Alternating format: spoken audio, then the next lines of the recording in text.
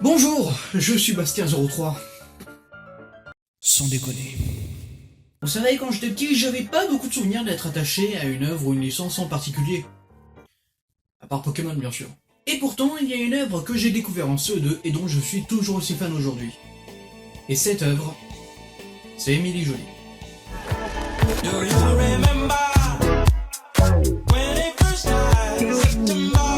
Émilie Joly était à l'origine un conte musical créé par Philippe Châtel et arrangé par Jean-Louis Buchy en 1979. Dès le début, le conte a son succès, tellement qu'en France, en 1980, avec les naissances, on compte près de 11 000 filles appelées Émilie contre 5 000 l'année dernière. Un an plus tard, il y a eu une adaptation pour Noël diffusée sur France 2, et Vanessa Paradis fait sa première apparition à l'école des fans en 1981 en chantant la chanson d'Émilie et du Grand Oiseau. Je m'appelle Émilie Joly. Je m'appelle Émilie Joly. Je voudrais partir avec vous tout au bout du ciel, sur vos ailes, et je voudrais vivre avec vous ma vie. En 1984, il y a eu l'adaptation au théâtre, puis une tournée s'est faite de 2002 à 2005. Une deuxième version est enregistrée en 1997 avec des nouveaux artistes dont Johnny Hallyday. Et j'ai d'ailleurs un extrait de l'enregistrement de Johnny. Oh, tu te tapes Émilie Joly. Non, Johnny. Quoi ça? Attendez, je ne crois pas que ce soit le bon extrait. Oh, puis on s'en fout, hein, c'est ma vidéo. Oh, je me pète Émilie Joly. Le film sort en 2011, réalisé par Francis Nielsen et Philippe Châtel. Le film raconte l'histoire d'Émilie, une enfant blonde aux yeux bleus qui vient de déménager, mais le problème c'est qu'Émilie va aller dans une nouvelle école et qu'elle a peur de se retrouver toute seule. Sa mère lui sort un livre qui ne l'attend pas trop, et comme tout enfant normal, entre vider les cartons et lire le livre, elle choisit le livre.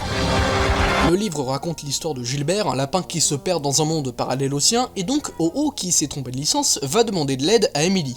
Donc, qu'est-ce que je pense du film? Ouais, je veux dire, c'est sympa. C'est sympa à regarder, bien que certains persos soient un peu lourds. L'histoire se suit bien, c'est-à-dire que tu vois pas des gens en costard dans des bureaux. Non, là c'est plus des pulls en laine. Je sais que ça prend des libertés avec l'histoire originale, mais bon, je vais pas juger, c'est pas moi qui ai écrit. Venant d'un film pour enfants, je veux dire que c'est bien. La méchante est sympa, bien que j'ai mis un peu de temps à la voir comme une vraie menace. D'ailleurs, je crois qu'elle a la voix de la mère de l'eau. Faudra que je vérifie.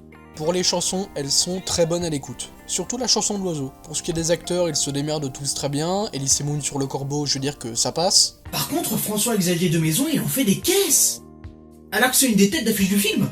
Le style d'animation c'est un peu simple, mais je trouve que ça colle à l'esprit enfantin du film. J'avais vu des critiques de presse se plaindre du fait que l'animation était moche, ça c'est subjectif, mais de là à mettre des notes autour de 2 sur 5 juste pour ça, c'est injuste. Parce que la qualité de l'animation ne fait pas la qualité d'un dessin animé. L'animation de Daisy Town a vieilli, ça le rend pas mauvais. L'animation des 12 travaux d'Astérix a vieilli, ça le rend pas mauvais. L'animation de Blanche-Neige a vieilli, ça le rend pas mauvais. Non, son défaut, c'est juste que Blanche-Neige est jolie, juste pour être jolie.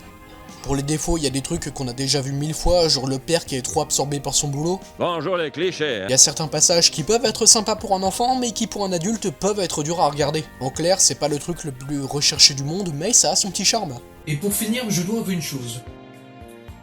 Que le film soit sorti, qu'il ait dépassé les 300 000 entrées, et qu'il ait eu une édition DVD et Blu-ray, ça me sidère complètement. Le film était sorti en toute discrétion chez Gbk Film, la société qui a distribué certains films de Michel Oslo comme Les Kirikou, et l'édition physique a été effectuée par Studio Canal. Ouais, Studio Canal. Et je dois avouer une chose, même si Émilie Joly c'est une œuvre que j'adore, bah c'est pas du tout de ma génération, de base, c'est un conte musical des années 70, ça parle à une génération qui aujourd'hui n'existe plus, comme pour le Manège Enchanté ou Bonne Nuit les Petits. Ça parle quasiment à la génération de mes parents. Et de ce que je me rappelle, le film a tellement pas marché qu'il a fait perdre de l'argent. C'est comme si aujourd'hui on ressortait un remaster HD de Bonne Nuit les Petits en intégrale avec une marionnette de nounours. Qui ça intéresserait? À part les nostalgiques. Je dis pas que Bonne Nuit les Petits c'est mauvais, c'est quelque chose que j'adore. Je pense simplement que ça m'intéresserait pas grand monde. Mais malgré tout, je suis surpris et c'est une des choses qui fait que j'ai aimé le film. Parce qu'il méritait une édition physique.